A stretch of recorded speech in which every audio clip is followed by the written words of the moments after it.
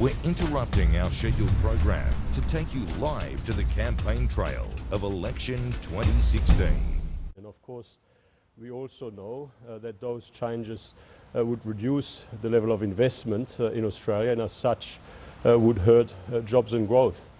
Furthermore, it is very clear as this campaign unfolds that Labor has now given up on any pretense of having a plan for the economy. Because all they're left to do now is to run a dishonest, desperate, deceptive scare campaign on Medicare. The coalition will not get distracted. The coalition will continue to work hard in this campaign to bring the Australian people together behind our plan for jobs and growth, behind our plan to secure the successful transition of our economy from record resource investment driven growth to broader drivers of growth in a strong, more diversified economy. Happy to take questions. Would you agree with the proposition that the only company tax cuts guaranteed under the coalition are over the next 3 years? Well, the coalition has laid out our national economic plan for jobs and growth, and what the coalition has put forward as a centrepiece of that plan is a lower, more competitive business tax rate. And as we've laid out very clearly in the budget, we have prioritised smaller businesses, delivering tax cuts for small mum and dad businesses and medium-sized businesses in the first instance and over a 10-year period to reduce the company tax rate down to 25%.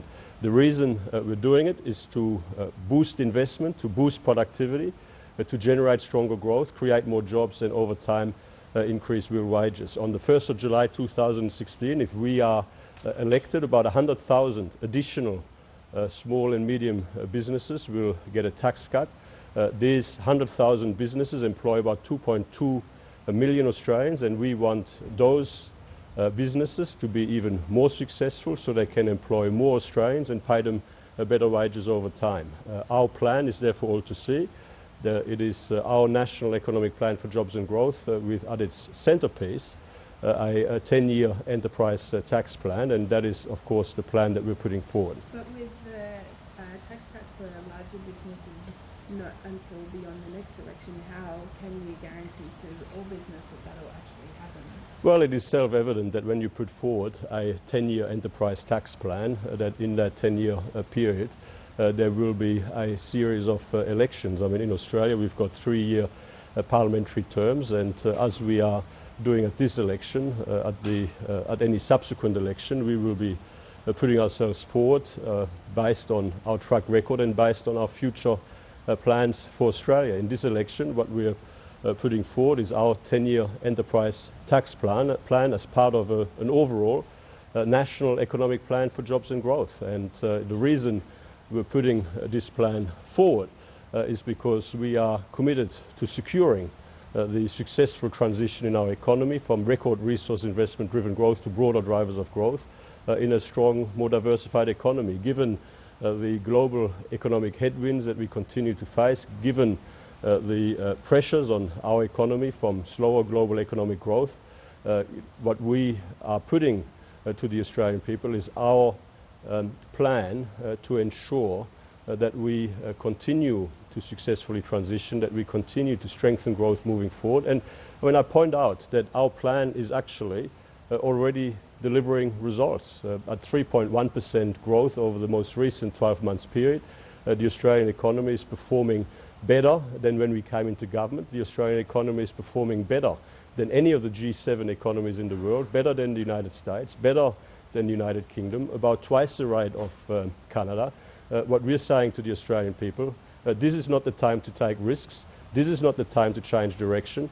This is a time for political stability, and this is the time to stick with the plan and to stick with the team that has a national economic plan for jobs and growth.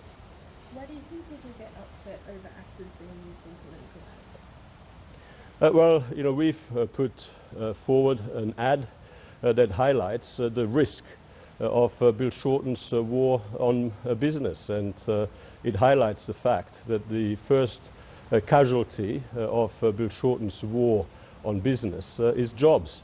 The gentleman that is used in our ad is a real tradie. He's a real person, a real tradie. I would encourage all Australians to have a good look at the ad, have a good look at what that Australian has to say. I would obviously encourage all Australians to vote accordingly. Doesn't the coalition open itself up to fear campaigns on having to break promises by not explaining what it would do if, for example, its savings measures continue to be blocked in the Senate or if global growth worsens? We are going into an election on the 2nd of July, putting forward openly and transparently our National Economic Plan for Jobs and Growth, including our plan for government spending and government revenue. I mean, it is there for all to see.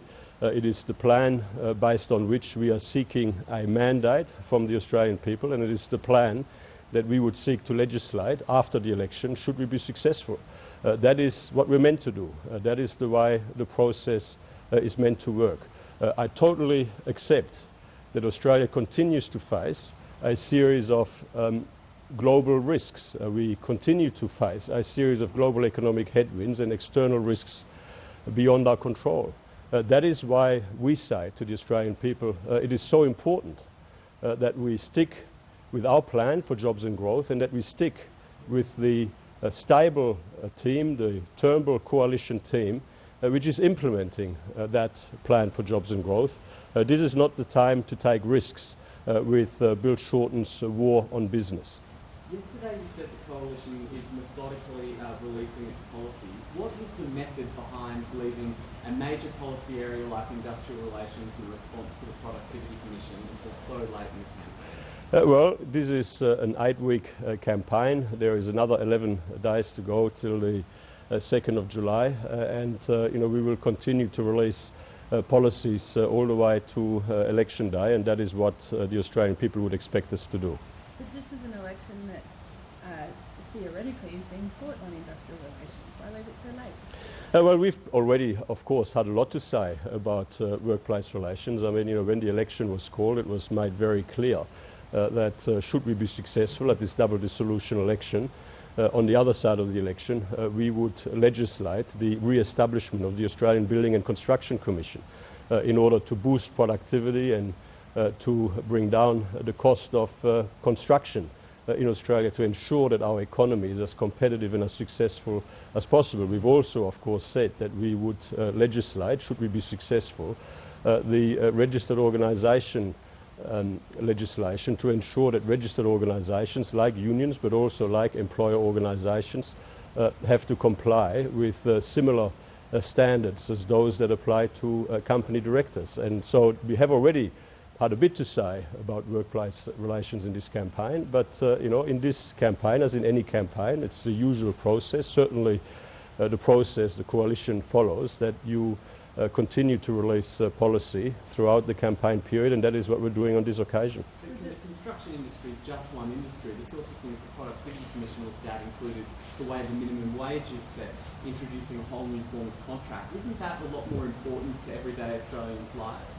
Well, the construction industry is a very significant industry in Australia. It employs about 1 million Australians, and it is responsible for a very large proportion of industrial disputes. It's responsible for a very large proportion of the lawless behaviour in workplaces, and that is, of course, why the coalition has made it very clear that should we be successful, we would bring the regulator for the construction industry back. We would re-establish the Australian Building and Construction Commission to improve productivity and to reduce the cost of construction across Australia, to improve our competitiveness, all as part of our plan for jobs and growth.